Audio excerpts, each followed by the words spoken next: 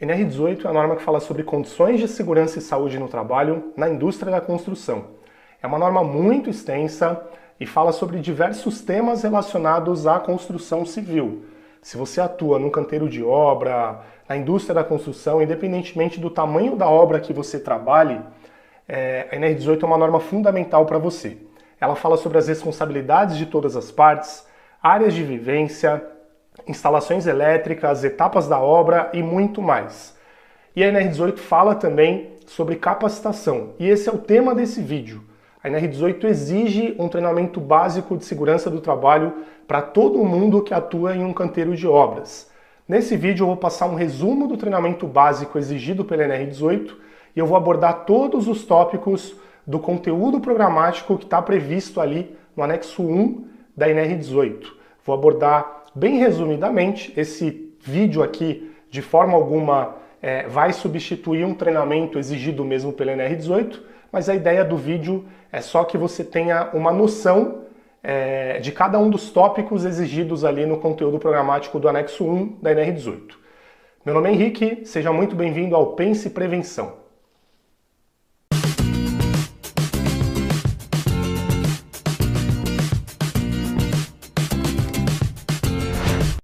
Como eu acabei de comentar, o intuito desse vídeo não é substituir um treinamento mesmo da NR18, porque a própria NR18 fala que o treinamento básico de segurança do trabalho tem que ser presencial. Tem que ter uma carga horária mínima de 4 horas e tem que ser revalidado a cada 2 anos. Então o vídeo que eu vou fazer aqui vai ficar com menos de 1 hora, longe de mim querer substituir o treinamento mesmo exigido pela NR18. Mas eu tenho certeza que esse vídeo vai te ajudar muito a entender um pouquinho mais sobre construção civil, sobre canteiro de obra e sobre os riscos envolvidos nessa indústria, né? Eu vou abordar aqui, resumidamente, cada um dos tópicos do conteúdo programático da NR18. Então, bora para o primeiro tópico. E o primeiro tópico aqui do nosso resumo de treinamento da NR18 fala sobre as condições e o meio ambiente de trabalho da construção civil. Aqui eu vou abordar 4 tópicos principais. Lembrando que isso é um resumo, então em um treinamento mesmo a gente pode detalhar bem mais cada um desses tópicos. O primeiro tópico que eu vou abordar aqui é relacionado à organização do canteiro de obras. O canteiro de obras deve ser planejado e organizado para garantir segurança, conforto e higiene. Devem ser providenciadas instalações sanitárias, áreas de vivência. Inclusive tem um tópico do NR18 que fala só sobre áreas de vivência, locais para refeições e vestiários em condições adequadas. Então tem que ter um refeitório, tem que ter um vestiário com condições mínimas ali de higiene e de bem-estar. Os materiais e equipamentos devem ser armazenados de maneira segura para evitar acidentes. Segundo tópico aqui, instalações sanitárias e higiene. É obrigatório a disponibilidade de banheiros adequados com água potável, lavatórios, chuveiros, separados por sexo, masculino e feminino, conforme o número de trabalhadores, né? Tendo muitas mulheres ali no canteiro de obra, é obrigatório ter um sanitário feminino também. Deve haver condições mínimas de limpeza e ventilação nos espaços. Terceiro ponto aqui, relacionado a condições e meio ambiente de trabalho, iluminação e ventilação. A norma exige níveis adequados de iluminação natural e artificial, garantindo visibilidade em todos os postos de trabalho. E as áreas devem ter ventilação suficiente para evitar a exposição a gases, poeiras e substâncias nocivas. Quarto e último tópico aqui desse módulo, meio ambiente e sustentabilidade. O descarte de resíduos deve ser feito de forma adequada, seguindo as normas ambientais. E é proibido o descarte de materiais que possam contaminar o solo ou a água sem o devido tratamento. No segundo tópico, nós vamos falar sobre os riscos inerentes às atividades desenvolvidas na indústria da construção. E eu já posso falar aqui que existe uma série de riscos reconhecidos em um canteiro de obra. Isso acontece devido às características dinâmicas e à complexidade desse tipo de ambiente de trabalho. Esses riscos podem comprometer a segurança, a saúde e o bem-estar dos trabalhadores, por isso é essencial a identificação dos riscos, a avaliação e controle dos mesmos para prevenir acidentes e doenças ocupacionais. Então vamos para os riscos aqui que comumente são encontrados em um canteiro de obra. Primeiro, vamos falar dos riscos de quedas. Quedas em altura, por conta dos trabalhos em andaimes, plataformas, telhados e estruturas elevadas apresentarem um alto risco de quedas. E quedas ao mesmo nível. Superfícies irregulares, escorregadias, obstruídas podem causar tropeços e escorregões. Segundo, riscos de soterramento. Trabalhos em escavações, fundações e valas apresentam riscos de desmoronamento de terras ou estruturas instáveis. Terceiro, riscos mecânicos. O uso de máquinas e equipamentos como betoneiras, gruas, escavadeiras e serras com potencial de amputações, cortes ou esmagamentos, são riscos mecânicos. E riscos de falha em ferramentas manuais ou elétricas. Tudo isso relacionado a riscos mecânicos. Quarto tipo de risco, riscos ergonômicos. Posturas inadequadas por conta da movimentação de cargas e trabalho em posições forçadas podem levar a lesões músculo-esqueléticas. E repetitividade. Atividades manuais repetitivas podem causar distúrbios como LER e DORT, as lesões por esforços repetitivos. Quinto tipo de risco, riscos químicos. Exposição a poeiras, como exemplo a sílica, gases, vapores e solventes que podem causar doenças respiratórias e intoxicações, e contato com produtos químicos corrosivos ou irritantes, como cimento e tintas. Sexto tipo de risco são os riscos físicos. Ruído está sempre muito presente na construção civil. A exposição prolongada a altos níveis de ruído pode causar perda auditiva, além de vários outros malefícios. Vibrações.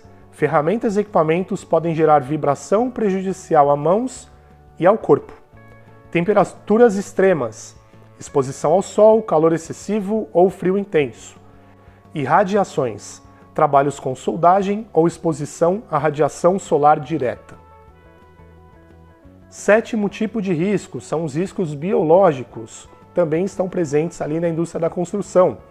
A exposição a agentes biológicos em locais contaminados como solo, água parada ou materiais degradados, pode ter a presença ali de fungos, bactérias, entre outros. E a possibilidade de contato com animais peçonhentos ou vetores de doença, insetos, roedores e aí por diante, também é enquadrado como risco biológico.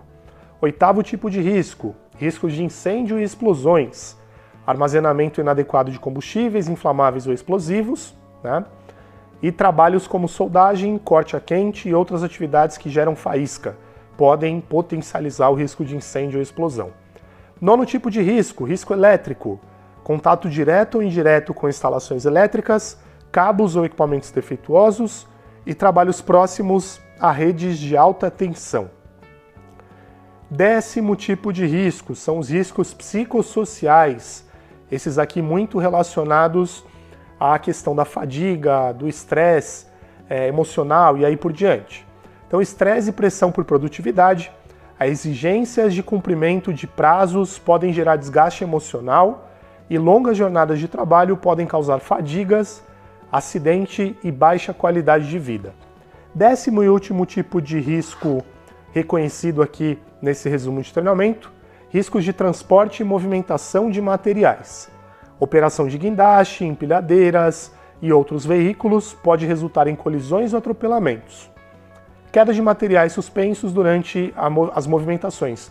De repente, um içamento feito por uma grua, por um guindaste, pode acabar causando um acidente também.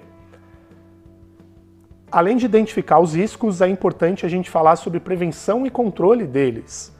Para mitigar esses riscos levantados aqui, a indústria da construção deve implementar um PGR, o Programa de Gerenciamento de Riscos, fornecer equipamentos de proteção individual e equipamentos de proteção coletiva adequados, capacitar os trabalhadores em segurança do trabalho, por isso a importância desse treinamento básico de segurança do trabalho num canteiro de obras, e adotar medidas de organização, como a sinalização de áreas de risco e delimitação de zonas de trabalho. A gestão adequada dos riscos é essencial para que a gente possa promover um ambiente de trabalho seguro e saudável, minimizando acidentes e doenças ocupacionais. Falando especificamente sobre esses 3 pontos que estão em destaque aqui na tela, o PGR, o EPI e o EPC, esses vão ser abordados nos próximos tópicos aqui do resumo de treinamento. E agora que você já tem uma noção das condições do meio ambiente de um canteiro de obras e tem uma noção dos riscos envolvidos no processo ali da indústria da construção, é um momento que eu não posso deixar de te pedir, para caso esse vídeo esteja sendo útil para você não deixar de clicar no gostei, isso ajuda muito o meu trabalho aqui no Pense Prevenção.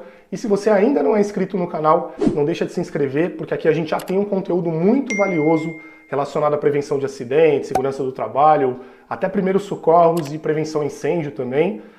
Eu também estou voltando a postar com uma frequência maior. Se você não é inscrito, você pode acabar perdendo o conteúdo valioso aqui do canal do Pense Prevenção. Então vamos partir para a segunda parte aqui do treinamento. No terceiro tópico a gente vai falar sobre EPCs existentes no canteiro de obra. E um EPC, um equipamento de proteção coletiva, é um equipamento fundamental para garantir segurança e saúde dos trabalhadores em um canteiro de obra, além de contribuir para a redução de riscos para todos no ambiente. Ele consiste em dispositivo, pode ser um sistema, uma estrutura, projetado para proteger grupos de pessoas. E a implementação deve seguir as normas regulamentadoras aí existentes, em especial a NR18, que é a norma que a gente está tratando aqui nesse vídeo. Aqui eu vou dar alguns exemplos de EPCs comumente encontrados em canteiros de obra. Pode ser que onde você trabalhe tenha todos eles, tenha até mais algum. Pode ser que não tenha algum desses exemplos que eu vou dar aqui. Mas vamos começar aqui abordando, então, plataformas de proteção. Objetivo de uma plataforma de proteção: prevenir quedas de trabalhadores ou materiais durante atividades em altura. Exemplos: plataformas de proteção instaladas em edifícios em construção, as bandejas de proteção, aquelas bandejas que ficam visíveis ali até do lado de fora da obra, e redes de proteção. Segundo tipo de EPC, sistemas de sinalização e demarcação. Objetivo: alertar sobre áreas de risco e orientar o fluxo seguro de trabalhadores e veículos. Como exemplos: placas de aviso, proibição e advertência, fitas de demarcação, cones de sinalização. Terceiro tipo de EPC, estruturas de contenção e guarda-corpo. Objetivo: evitar quedas em áreas de trabalho em altura, aberturas no piso ou extremidades de lajes. E exemplos: guarda-corpos fixos ou provisórios e balizadores e barreiras fixas. Quarto tipo de EPC, sistemas de ventilação e exaustão. Objetivo: garantir a qualidade do ar em ambientes fechados, reduzindo a concentração de poeira, gases ou vapores tóxicos. Como exemplos: exaustores e sistema de ventilação natural ou forçada, ar-mandado ali, né? Quinto, proteções contra a projeção de partículas. Objetivo: resguardar trabalhadores e áreas próximas contra partículas provenientes de processos como corte, lixamento ou soldagem. Como exemplos: biombos, são aquelas proteções móveis, né? E cortinas de PVC ou outros materiais existentes. Sexto, proteção contra quedas de objetos. Objetivo: evitar que ferramentas ou materiais caiam de áreas elevadas, causando acidentes. Como exemplos: redes de proteção, bandejas de proteção secundária e tela fachadeira. Sétimo tipo de EPC, sistemas de combate a incêndio, esses muito comuns, né? Objetivo: prevenir e combater princípios de incêndio. Como exemplos: os extintores de incêndio, mangueiras e hidrantes e sinalizações de rotas de fuga e saídas de emergência. Oitavo, proteção contra ruídos. Objetivo: reduzir o impacto do ruído para trabalhadores e áreas vizinhas. Exemplos: barreiras acústicas, cabines de isolamento acústico para máquinas. Nono, escadas, andaimes e passarelas. Objetivo: facilitar o acesso seguro a diferentes níveis do canteiro de obras e garantir estabilidade. Como exemplos, andaimes com rodapés e guarda-corpos, escadas fixas ou móveis com piso antiderrapante. 10º, sistemas de iluminação. O objetivo: assegurar a visibilidade adequada no ambiente de trabalho, prevenindo acidentes. Como exemplos, refletores e luminárias de emergência e iluminação temporária em áreas de circulação. E aí, reforçando, quando a gente tem EPCs instalados nos locais de forma adequada, a gente acaba tendo um ambiente de trabalho mais organizado, mais seguro, e isso, consequentemente, diminui a possibilidade de um acidente acontecer. É muito melhor a gente trabalhar com EPCs controlando os riscos do que ter que chegar ao ponto de utilizar o EPI. Lembrando que EPI é a última barreira de proteção. A gente vai falar sobre os EPIs no próximo tópico aqui do treinamento. O EPI é super necessário porque não dá para eliminar todos os riscos de um canteiro de obras, mas quanto mais EPCs a gente tiver em um canteiro de obras e quanto melhor forem a qualidade desses EPCs, melhor para o trabalhador, para a saúde, para a segurança e para o bem-estar de todos. E no quarto tópico do nosso resumo a gente vai falar sobre os EPIs utilizados no canteiro de obra e sobre o uso adequado dos mesmos. Existem diversos tipos de EPI que a gente pode encontrar em um canteiro de obra, a depender do risco encontrado ali para o trabalhador. Aqui eu vou citar alguns exemplos de EPIs, vou falar sobre a função de cada um dos EPIs e sobre o uso correto deles. Lembrando que todo EPI tem que ter o seu CA, o seu certificado de aprovação válido e tem que estar em boas condições para poder ser utilizado. E os equipamentos também, os EPIs, eles precisam ser entregues ao colaborador sem nenhum tipo de custo. Então vamos falar um pouquinho aqui sobre cada um desses EPIs básicos para um canteiro de obra. Primeiro a gente vai falar sobre capacete de segurança. Função do capacete é meio óbvia, né? Proteger a cabeça contra impactos, quedas de objeto, até choques elétricos, dependendo do tipo de capacete, e outros riscos. E o uso correto pode parecer óbvio, mas não é tanto assim, porque tem muita gente que não utiliza corretamente. Deve estar ajustado à cabeça, com a jugular presa também. O prendedor do capacete tem que estar bem ajustado.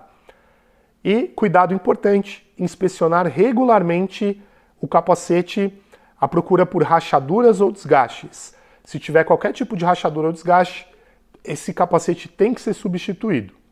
Segundo tipo de EPI, óculos de proteção. A função: proteger os olhos contra partículas, poeira, respingos químicos e radiação. O uso correto: é importante escolher óculos específicos para o tipo de risco. E aí, como exemplos, né? Como lentes contra impacto, e aí tem também o óculos escuro de proteção, UV, ultravioleta. E é importante higienizar regularmente para garantir a visibilidade. Terceiro tipo de EPI, os protetores auriculares. Esse aí é mandatório para quase todo mundo que está ali dentro do canteiro de obras. A função: proteger contra níveis elevados de ruído que podem causar danos à audição. E é importante falar dos tipos de protetor auricular. Existe o protetor auricular do tipo de inserção, o plug, e existem também os abafadores do tipo concha. Abafador do tipo concha é muito simples, utilizado da forma adequada.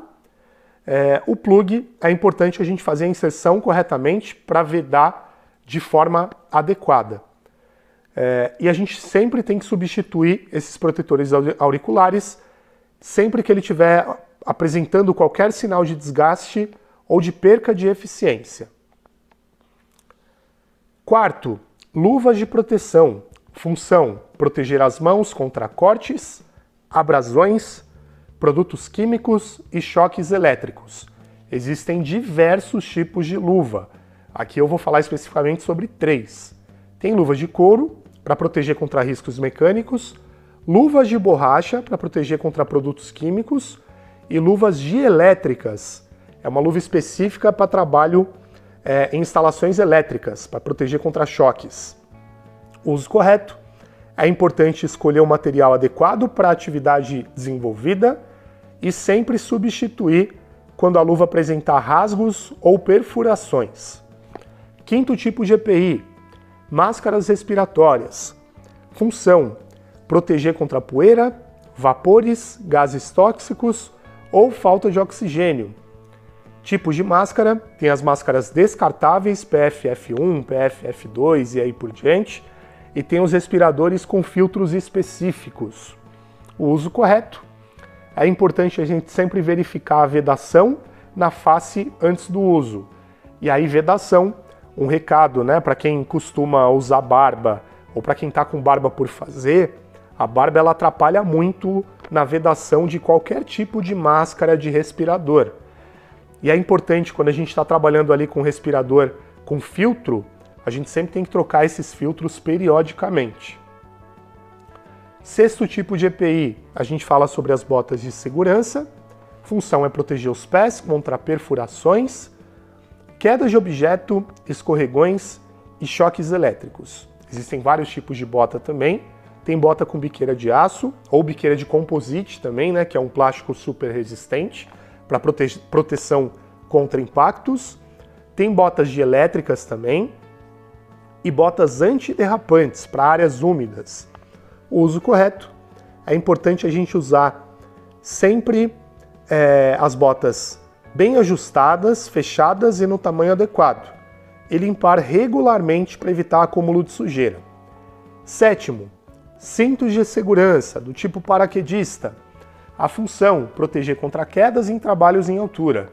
Eu tenho um vídeo aqui, resumo, de treinamento de NR35, que a gente fala como utilizar o cinturão do tipo paraquedista, sobre talabarte, linha de vida. Você pode encontrar mais informações sobre EPIs para trabalho em altura nesse resumo de treinamento de NR35. Eu vou deixar o card aqui em cima e na descrição desse vídeo.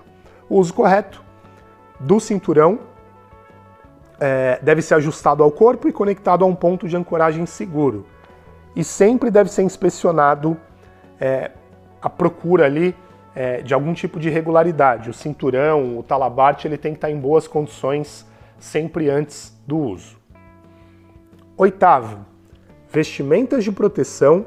A função, proteger o corpo contra respingos químicos, fogo, solda, abrasões e outros riscos. E tipos de vestimenta, né? Roupas de tecido anti-chamas, são muito utilizadas ali em trabalho envolvendo energia elétrica, e aventais de couro ou borracha.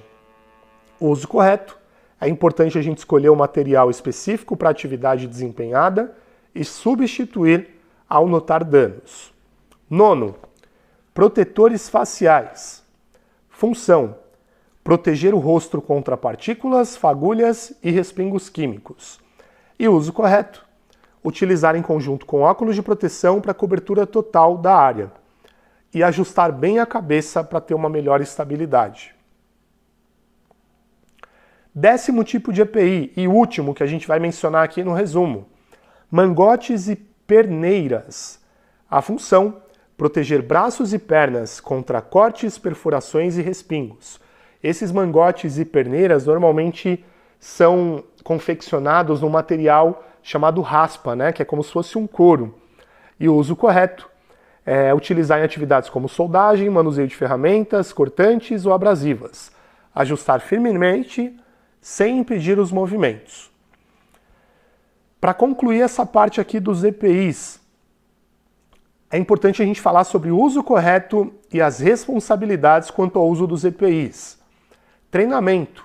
O empregador deve treinar os trabalhadores sobre o uso, conservação e limitações dos EPIs. Aqui nesse treinamento de NR18, no resumo, eu trouxe bem básico, bem resumido, um pouquinho sobre cada um dos tipos de EPIs utilizados, mas é importante que o trabalhador receba também um treinamento específico para a utilização adequada de cada um desses EPIs. Eu estou para postar um vídeo falando mais sobre treinamento de utilização correta de EPIs, então fica de olho, se inscreve aí, ativa o sininho também das notificações para você não perder esse vídeo quando eu publicar aqui no canal. Inspeção. É importante verificar periodicamente as condições dos EPIs e substituí-los sempre que necessário. E higiene, manter os equipamentos limpos, higienizados, né? e armazená-los adequadamente após o uso. Fiscalização, para fechar aqui, não só o técnico de segurança do trabalho tem que supervisionar, tem que fiscalizar, mas os supervisores também da obra devem garantir o uso contínuo e correto dos EPIs no canteiro de obra. Então, o uso correto dos EPIs, aliado à implementação dos EPCs, é essencial para prevenir acidentes e para que a gente possa promover um ambiente de trabalho mais seguro. Quinto tópico, a gente vai falar sobre o PGR no canteiro de obras. Mas o que é o PGR? PGR é o Programa de Gerenciamento de Riscos, é um documento obrigatório que visa identificar, avaliar e controlar os riscos ocupacionais em um ambiente de trabalho. Ele está regulamentado na NR1. A NR1 fala sobre disposições gerais e gerenciamento de riscos ocupacionais, o GRO, sendo parte essencial para garantir a segurança e saúde dos trabalhadores. Quando a gente fala de construção civil, o PGR está substituindo o antigo PCMAT, que era o Programa de Condições e Meio Ambiente de Trabalho. O PGR substitui também o PPRA, né, para quem é de outro segmento, outras áreas, indústria e aí por diante. O PGR é o documento base para identificação e plano de ação para todos os riscos encontrados ali no ambiente de trabalho. Então, o primeiro tópico aqui, falando sobre objetivos do PGR no canteiro de obras. Identificar riscos ocupacionais, físicos, químicos, biológicos, ergonômicos e mecânicos associados às atividades realizadas no canteiro de obras. Segundo, planejar medidas de controle para eliminar, reduzir ou mitigar esses riscos. Terceiro ponto, estabelecer planos de ação para situações de emergência. Quarto, promover um ambiente de trabalho seguro e saudável. E quinto ponto, cumprir a legislação vigente e evitar penalidades por órgãos fiscalizadores. A estrutura básica do PGR é o inventário de risco, onde deve constar ali a descrição do ambiente de trabalho e a identificação de todos os riscos, né? A identificação e avaliação desses riscos, e o plano de ação, onde devem aparecer as medidas de prevenção e controle, um cronograma com prazo para implementação de todas as medidas propostas e os responsáveis, né? Tem que ter indicação de quem será responsável pela execução de cada medida. E você viu nesse vídeo os 5 tópicos exigidos pelo conteúdo programático do anexo 1 do NR18 para o treinamento básico de segurança do trabalho. Se você ficou com dúvidas sobre algum desses itens, né, algum tema, algum ponto que eu abordei aqui no treinamento, não deixa de escrever nos comentários. Eu nunca deixo um comentário, uma pergunta sem resposta aqui no canal. Se você assistiu esse vídeo até aqui, muito obrigado e até uma próxima. Valeu!